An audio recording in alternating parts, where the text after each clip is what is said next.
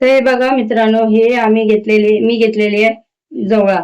आता जवळा किती मस्त येतो पाऊस येता तिथे मी एक वाटा जवळा घेतलेला आहे. ठीक आहे. आणि इथे 2 चमचे तांदळाचं पीठ आहे, 3 चमचे हे बेसनचं पीठ आहे. ठीक आहे. ह्याच्यात टाकूया. इथे मी हळदी पावडर अर्धा चमचा, स्वाद म्हणजे तिखट जितकं हवं तितकं, आणि स्वादानुसार नमक हे सुद्धा याच्यात ऍड करूया. आणि हे 1 लिंबाचा रस टाकूया. आणि इथे मी हे लसूण थोडंसं चेचलेलं 10-12 पाकळ्या, आणि कोथिंबीर, 1 छोटा टोमॅटो, 2 हिरव्या मिरच्या आणि 1 मोठा कांदा. त्याला मस्त एकजीव करून घ्यायचंय. याची भजी एवढी सुंदर लागते ना की तुम्ही काय सांगा. तुमचे घरवाले एकदम बोट चाटतच राहतील, एवढी सुंदर लागते. आणि डाळ भाताबरोबर तर एकदम, डाळ भाताबरोबर किंवा भाकरी बरोबर पण तुम्ही खाऊ शकता भजी. ठीक आहे. त्याला मस्तपैकी मिक्स करून घ्यायचं आता. आणि याच्यात जरा सुद्धा पाणी नाही टाकायचंय. हे पाहू शकता, मी याच्यात थोडं सुद्धा पाणी नाही टाकलेलं आहे. आता काय करूया, याचे छोटे छोटे असे पॅटीस बनवून घेऊया. ठीक आहे. अशा पद्धतीचे पॅटीस बनवायचे आहेत आपल्याला. ठीक आहे.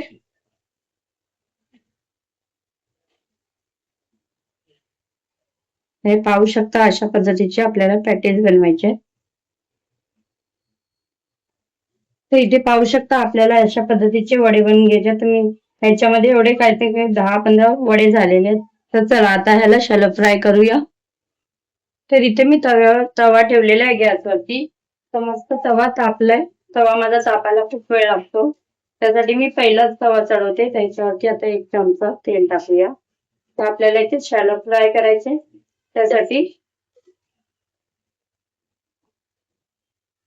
आता थोडं तेल गरम होऊन देऊया. तर का मित्रांनो, इथे आपलं तेल मस्त कडकडीत तापलेलं आहे. आता हे जे वडे आहेत ना, हे आपल्याला तेलात असे सोडायचे आहेत. ठीक आहे. खायला एवढे अप्रतिम लागतात ना, मी तुम्हाला काय सांगू.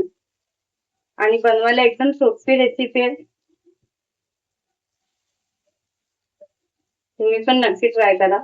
आणि मला प्लीज कमेंट बॉक्स मध्ये नक्की कळवा की हे तुम्हाला रेसिपी कशी आवडली. तर मंद आचेवरती आपल्याला हे फ्राय करून घ्यायचे, जेणेकरून हे आतमध्ये पण मस्तपैकी शेकले जातील. ठीक आहे. तर इथे पाहू शकता 5 ते 2 मिनिटं झालेले आहेत. एका साईडने शेकून झालेत. आता ह्याला टर्न आउट करूया. आणि लक्षात ठेवा, ह्याला मंद आचेवरतीच आपल्याला म्हणजे शॅलो फ्राय करायचे, जेणेकरून हे आतमध्ये पण मस्तपैकी शेकले जातील. ठीक आहे. अशा पद्धतीने आपल्याला दोन्ही साईडनी मस्तपैकी शेकून घ्यायचे.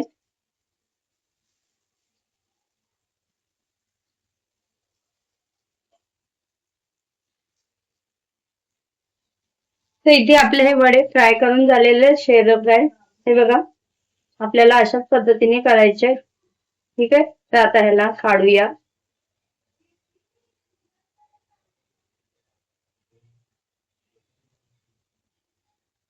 एका प्लेट मध्ये ह्याला काढून घेऊया. ठीक आहे. एका प्लेट मध्ये ह्याला काढून घेऊया. वड्यांचा एवढा मस्त खमंग वास सुटलाय ना, मी काय सांगू तुम्हाला.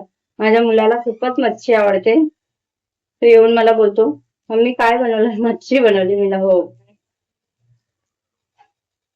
आता बाकीचे वडे पण आपण अशाच पद्धतीने भाजून घेऊया.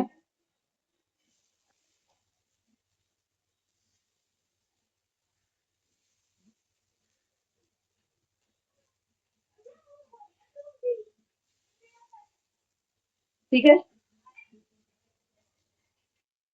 तर का मित्रांनो, हे आपली जवळ्याची भजी किंवा कटलेट बी बोलू शकता.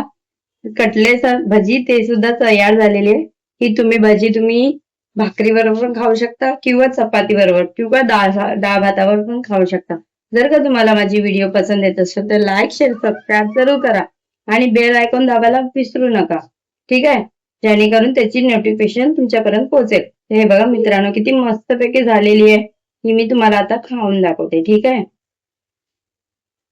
आणि त्याच्यावर थोडासा लिंबू,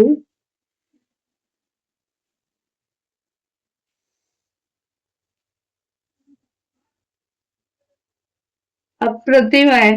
तुम्ही पण नक्की ट्राय करा आणि प्लीज प्लीज मला कमेंट बॉक्समध्ये नक्की कळवा की तुम्हाला ही रेसिपी कशी आवडली. ठीक आहे. अल्लाह हाफिज.